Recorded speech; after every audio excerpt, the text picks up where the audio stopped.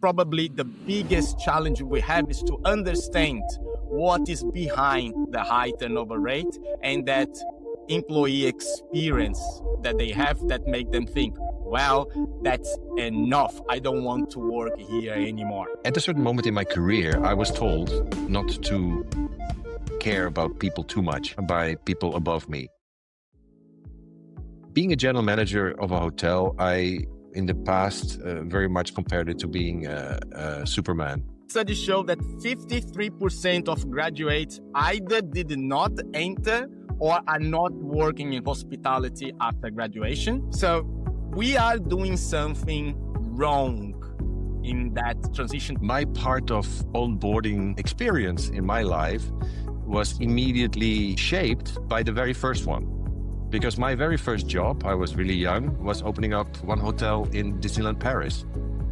And in Disneyland Paris, the onboarding starts without even setting one foot in the hotel, 2 weeks of Disney University. You go to a classroom, there's a teacher, and for 2 weeks, they are teaching you everything. When you know what to do, you're calm.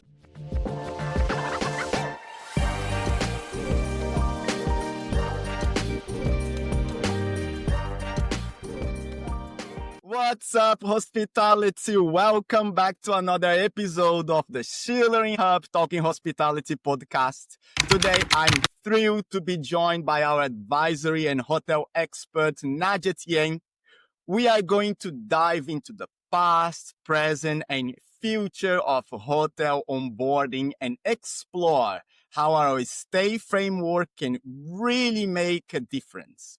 We will look into one big challenge that hoteliers face, 2 key solutions for these challenges that can implement, and 3 actionable steps to boost staff retention that they can take after listening to our podcast already. So stick around. This is going to be a very good conversation. Nah-Dja, welcome back to the show. Hi, Mauricio. I'm very happy to be back. Thank you. I love having you here. We've had so many of these interactions here, but it's been a while since the last time we spoke. So it's awesome to see your face here. And I hope that our audience can really grasp into your experience and your leadership, because you are one of the most inspiring hoteliers that I've spoken with.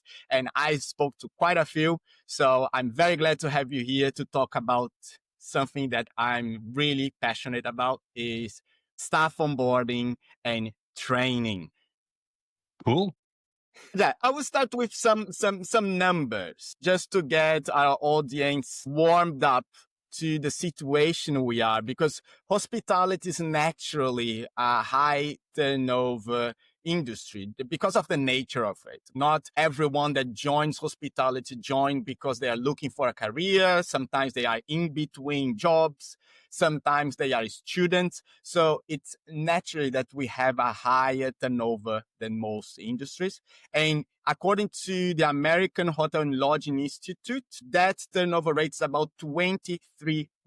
So about 23% of employees will leave the industry regardless of the experience that they have. Great pay, great structure, great culture, great company. It doesn't matter. 23% of the employees will still leave hospitality. However, if they don't have the onboarding and training that they are expecting to have, this number jumps for 42%.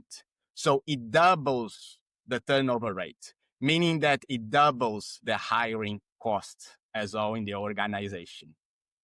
So this is why it's so important that training, onboarding structure is applied to all our hotels. Now, let's dive into the past of the hotel hiring, onboarding. You've been this journey for more than 20 years. You opened Disneyland, you opened Radisson. So you had an amazing career. And can you talk about when you were being onboarded in your first jobs? How was that experience? Was it formal? Was it consistent? Was it inconsistent? What did you go through? Well, I think that my My part of onboarding experience in my life was immediately shaped by the very first one. Because my very first job, I was really young, was opening up one hotel in Disneyland Paris. And in Disneyland Paris, the onboarding starts without even setting one foot in the hotel, 2 weeks of Disney University. You go to a classroom, there's a teacher, and for 2 weeks, they are teaching you everything, everything. And not only about your job, but also about the culture, the company. In my case, and that's why it's very unique. And I am happy that I fought for doing this in my life. They even went so far to say, okay, people know Donald Duck, in English, Goofy and the three nephews. But how do you call them in French? Because we were opening up Disneyland in France. So when a French person comes to you and says, I don't even remember the names anymore now, but the names are different. So even those things we learned. So you learn about the culture, you learn about everything. And this was at the same time the most extreme onboarding that I have ever had, because Disney does not allow for any mistakes. So you do your exams, you go to the university, then you go into the hotel, you get a book like this with all the standards and everything else, and you do your on-the-job performance. And one of the things, I know it's an opening, and again, it's very extreme, but how to cut a lemon to put into a Coca-Cola or into something. I think we cut up 10 kilos of lemons just to make sure that the thickness of the lemon is exactly right. And the manager then, so this is extreme. But of course, I took this with me and said, this is great, because when you know what to do, you're calm. You are facing your guests, you're facing problems, you're calm because you know what to do. So it's maybe not really fair that my journey is so extreme, but it was an amazing first onboarding. And another thought that I have about this is that big difference between chain hotels or more bigger hotels that have dedicated HR departments and dedicated learning and development managers. Those onboardings are also on a completely different level than a boutique hotel that does not have the luxury of having dedicated people to do the training. So yeah, it was an interesting start of my career. That's such an amazing thing. I also believe that's extreme, right? When you get to too many details on really how you have to behave in every single word that you say, is one of the problems in hospitality today. That like a robot, right? We don't want robots. We want authenticity. But having that experience of going through such training gives you tools that's something that works, and I would love to have it again, to see it again. And yeah, that part of the robot part, I can scrape it off, let Disney be Disney, and I can put my own soul into my own hotels. When it comes to after Disney, you didn't become a general manager straight away. So you probably got onboarded into different types of experiences. Correct. Disney, most extreme, most structured experience. Worst experience, Nah-Dja.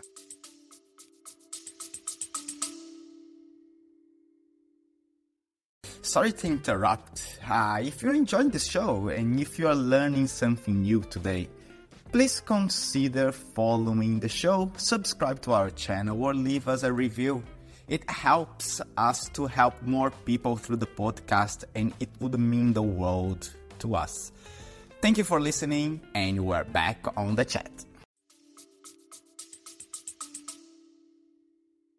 Worst experience? Well, in a way, I can still not say that I am a normal person, because Disney was an opening and I've just been doing opening after opening after opening. So an actual onboarding to go into an existing company, I've had very little experience with. I think, those hotels where I did join, they did not have any structured way of onboarding. What is always structured is the typical HR part. Yeah, you need to sign a contract. There is rules, regulations. You need to sign all of that. So those things legally are ticked off. But then you go into the operations and it's just, okay, go. And somebody will show you and teach you. And the tribal communication between people starts flowing. Whether that's correct or not, This is for a manager after 6 months to figure out, okay, why are you doing it like that? Because somebody told me, okay, but you should not do it like that. And then you get challenges. Right. So there's basically besides Disney, you always been put into shadowing someone that was on the job and learning from your colleagues. Yes. I never had a possibility to actually learn already something before I went into a department or somewhere else, which only actually my first experience was that when I joined a huge American company outside of hospitality introducing software. There, the whole onboarding was pre-thought about, and you go through a system and you do your exams and you basically onboard yourself like that. Yeah, and this is what the thing that I've been speaking to people around me, and you've been in some of these conversations, that the problem is not that the hospitality is just used to do this shadowing style of onboarding, and it's fine. But the people that are joining hospitality, they probably worked somewhere else or heard from their friends how onboarding works in different industries, and they are expecting some type of introduction to what they're gonna get, to a little bit of a course, a little bit of structure, and not giving what they expect is where frustration starts to happen, right? So like, well, why they are not doing what everyone else is doing, because it works for everyone else. So why they wouldn't do it? And then we start the challenge of leadership. Like maybe the leader is not smart enough. So they don't think about the industry, but they start to challenge the leadership. And maybe this manager doesn't understand what they're doing. And there, I think that is where trust starts to be broken. And we're going to get some data on where this trust goes very, very soon. But then, Nah-Dja, you went through opening hotels after hotels after hotels and actually building and opening great properties, right? We've spoken here before, but you open 11 hotels. Yeah. 11 hotels, 3 of them number 1 on TripAdvisor, right? So you have not only opened many hotels, but you opened hotels that were very, very successful. And I don't know anyone in the industry that has a track record like yours. So if anyone is very curious about Nah-Dja, you can go to our past podcast. You can go to the Hospitality Daily, where you had an amazing interview there as well, speaking about your journey. But when we speak, you always say about your hiring style that was very special. So can you tell us a little bit about the hiring and what did you do there that it was different than the others? Yeah, you mentioned a little bit earlier, you mentioned about you don't want, in a way, in hospitality, people that are robots. Yeah, you come in and, hello, good morning, my name is Nah-Dja, I am your waiter for today, blah, blah. Those kind of things, it's not me at all. So when I started to open up my own hotels, I hired by culture. I hired by empathy and culture, both. The tasks of what needs to be done were to a certain extent written, communicated. I would have loved to have a system in the past, which I currently am working with, called Notion, but I didn't have it then. Yeah, so I did have files and folders and pieces of paper and systems like that. But the culture and the empathy was for me the most important. I did not care what people do. If you have a nice person and you have a first interview with a nice person, that person will be nice to a client as well, yeah, or a guest. Yeah, the way how to do a check-in, of course, you need to learn that. But then to smile to a guest and to be nice to them and do a little bit of chit chat, that is what actually makes, hospitality exciting. Not the real knowledge that, oh, I now need to do this and I become a robot. So it is not an easy task. But I think that we discussed this in the past before. One of the reasons why those hotels were doing well is that, yes, they were organized, people knew what to do, but also people could be themselves. Yeah, it was on a completely different level in that sense. So, and did you know what you were looking for specifically? What type of competences? What type of skills? What did you weight more? Because you just said like about empathy, about being a great person, but how does it translate when it comes to skills, specific skills or specific competences of that? Because being a great person is quite a great area, right? Like you can be a great person to me and someone else thinks that you are not, right? So what you're looking for, did you have that written down somewhere, or it was just the way that you work there that you feel? No, I mean, first step, you put an advertisement or somewhere that you are looking for people to join you in your team. Since I did openings, this was the biggest part of what I did. I got very early on when I opened up my very first hotel as a general manager, where I could basically do what I wanted. I got very much interested of hiring people that never worked in hotels before. Yeah, so it's a different my way. I prefer to teach people how I think a hotel should be run with my ideas than to unlearn certain, experiences from other people, other hotels, that are not on my level. So on one side, it is no experience, which I then gave. It is my experience that I wanted to give. And at the second time, I think that part of me, which I did a Gallup test for, which is my empathy part. You kind of feel, the nice people, and I always mentioned in the past that I wanted to fall in love with the person that I need to work 10 hours a day with or 8 hours a day. And this is not romantic love, but if you have a good chemistry between two people, it is so much easier to work together. And then you build trust, because it's not something that is a given fact that I am the boss, so please trust me. But when you build the trust both ways, and there is this empathy part, and there is the knowledge part, then suddenly, apparently, in those hotels that I opened up, it really works because the guests, they reviewed it as top. It's so interesting that you say about not hiring hospitality people because you don't want them to have the bad habits that they probably brought from other experiences from school or elsewhere, right? So you can get them fresh and turn the Nah-Dja way. I have to interrupt you. I think that school is the basis. I think that if I was in a restaurant once, which is not a hotel, but the restaurant was opened up by students. When you walked in, it was tattoos everywhere, piercings, hair like that, ripped jeans. It was, from the first point of view, like, whoa, what is this? But these guys, they decided to every single rule in the hotel school book, they do in that restaurant.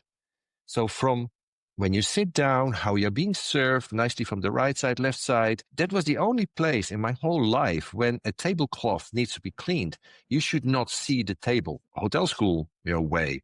So they very nicely put the new tablecloth in one movement, put the new one, take the old one off. Nobody saw the table, other people. So very old fashioned in a way, hotel school book. It was magical. And this is what for me is very important. So I don't agree that hotel school has bad habits. I think it is the best habits. I think that later on, these habits are being washed away.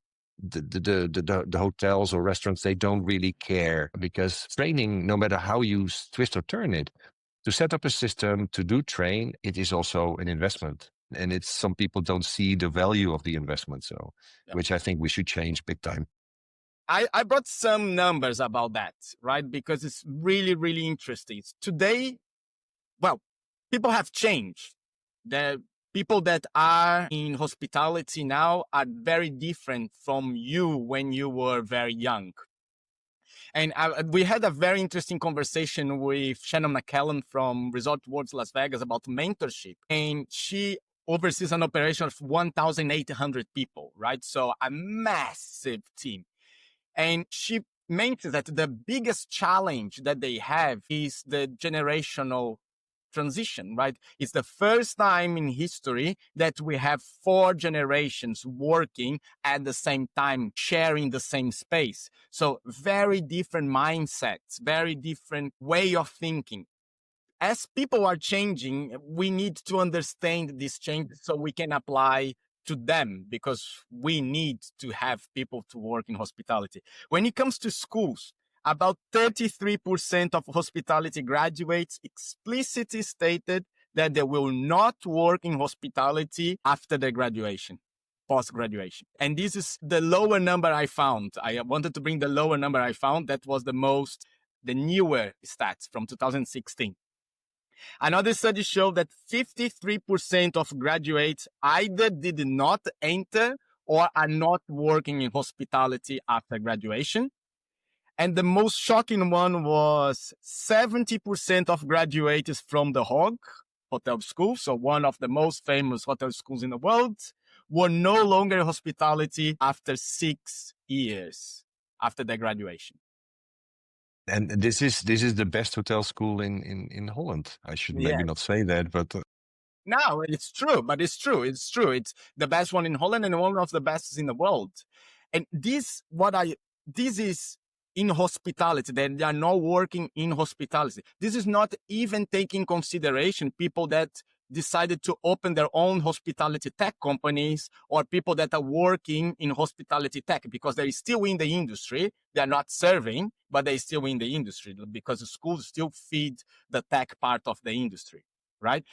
So we are doing something wrong in that transition, that hospitality as an employment doesn't seem to be very interesting for people. And this is why we have these high turnover rates and something that we need to find out. So that's probably the biggest challenge we have, is to understand what is behind the high turnover rate and that employee experience that they have that make them think, well, that's enough. I don't want to work here anymore. What do you see as the biggest challenge for hotels that they face by holding such a turnover rate? I think it's an attitude. You asked me earlier what one of my worst onboarding experiences was. It is at a certain moment in my career, I was told not to care about people too much by people above me. Just hire whoever looks good, train them on the spot, and if they don't work well, then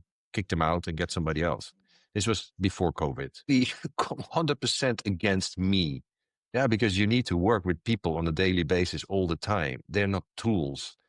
And I have a feeling that there is still quite a lot of this attitude in the business. Okay, we need people to serve breakfast, we need people to wash the dishes, but okay, if they leave, we get somebody else. But the cost of hiring people, they leave again after a while. I think in Europe it's even over 5,000, like an average 5,000 euros cost, which is crazy. And I think that if you want to improve your bottom line, then this is something that people should really scratch behind their ears. But I think it's a cultural thing that is, it's not easy, Mauricio. I mean, I have lots of thoughts in my head now, but the proof is, if you do it differently, you can be best rated in a city like Prague. And of course, when you are best rated, it improves everything. It improves your average rate. It improves your income. It even improves your profit at the end of the. How about manager's time when it comes, because you said that most hotels that you work with, when it comes to boutique independent hotels, they don't have that learning and development a manager or even a HR department at all. So it's all into the manager's lap, right? How does it work when you have such a high turnover rate that's already costly? It's quite frustrating, and managers must be training these new employees every single time. How? Yeah, of course, instead of coaching, mentoring, you are training, which is okay. But if that's the only thing you do, then at a certain moment, it is not a waste of time, but you are just training. Maybe some hotels, they see that as the job of the manager, that they properly train. But I think it can be done differently, Maurizio. It is definitely not the best practice. Just to But what happens a lot is that you start as a newly, like a person that just joins a hotel, and you get a badge and it says with big letters trainee, because of course you cannot expect everybody to be stars from day one. There has to be some kind of interaction, and in general guests, they understand. But a big part of that training can be done without having guest contact. And once you then go into the restaurant or the reception or wherever you need to be, the experience can be much faster, much easier done with less involvement of the managers. And you mentioned that like the managers, some owners or some operators see the manager's job as being this trainer around, but they also have so many jobs around themselves, like reporting and accounting and even F&B, counting inventory. I don't know. They have so many other things to do. So if they are onboarding a new staff every 4 months, that this is the European average right now. Every 4 months, they need to onboard someone that normally takes about 3 months to get them ready for the job, but they have all these other tasks around them. How they manage to actually train people and perform the jobs at the same time? I think if you're a little bit logical, what you just said, the result is that everything is done like halfway. Yeah, it's not done 100%. And okay, I don't have time today, so just whatever. It is difficult juggling. I mean, being a general manager of a hotel, I in the past very much compared it to being a Superman. Yeah, you need to do everything. Yeah, and you need to do it fast and strong. Managers, general managers, it doesn't make a difference. And of course, the bottom line is the most important. And do some hotels care that they have, not very good feedback from the clients? If the profit is still okay-ish, then why to improve it? It is difficult to find that balance, or even to say, if I do improve it, how much will that impact my bottom line? We will go to the future afterwards, but I am very positive that things can be done way better than how it is currently done. That's the end of part 1 of our podcast. Next week, Nah-Dja and I will jump into onboarding best practices. So tune in every Thursday at 7 p.m. Central European Time, and we'll discover how the stay framework can help your hotel too. I'll see you next week. Bye.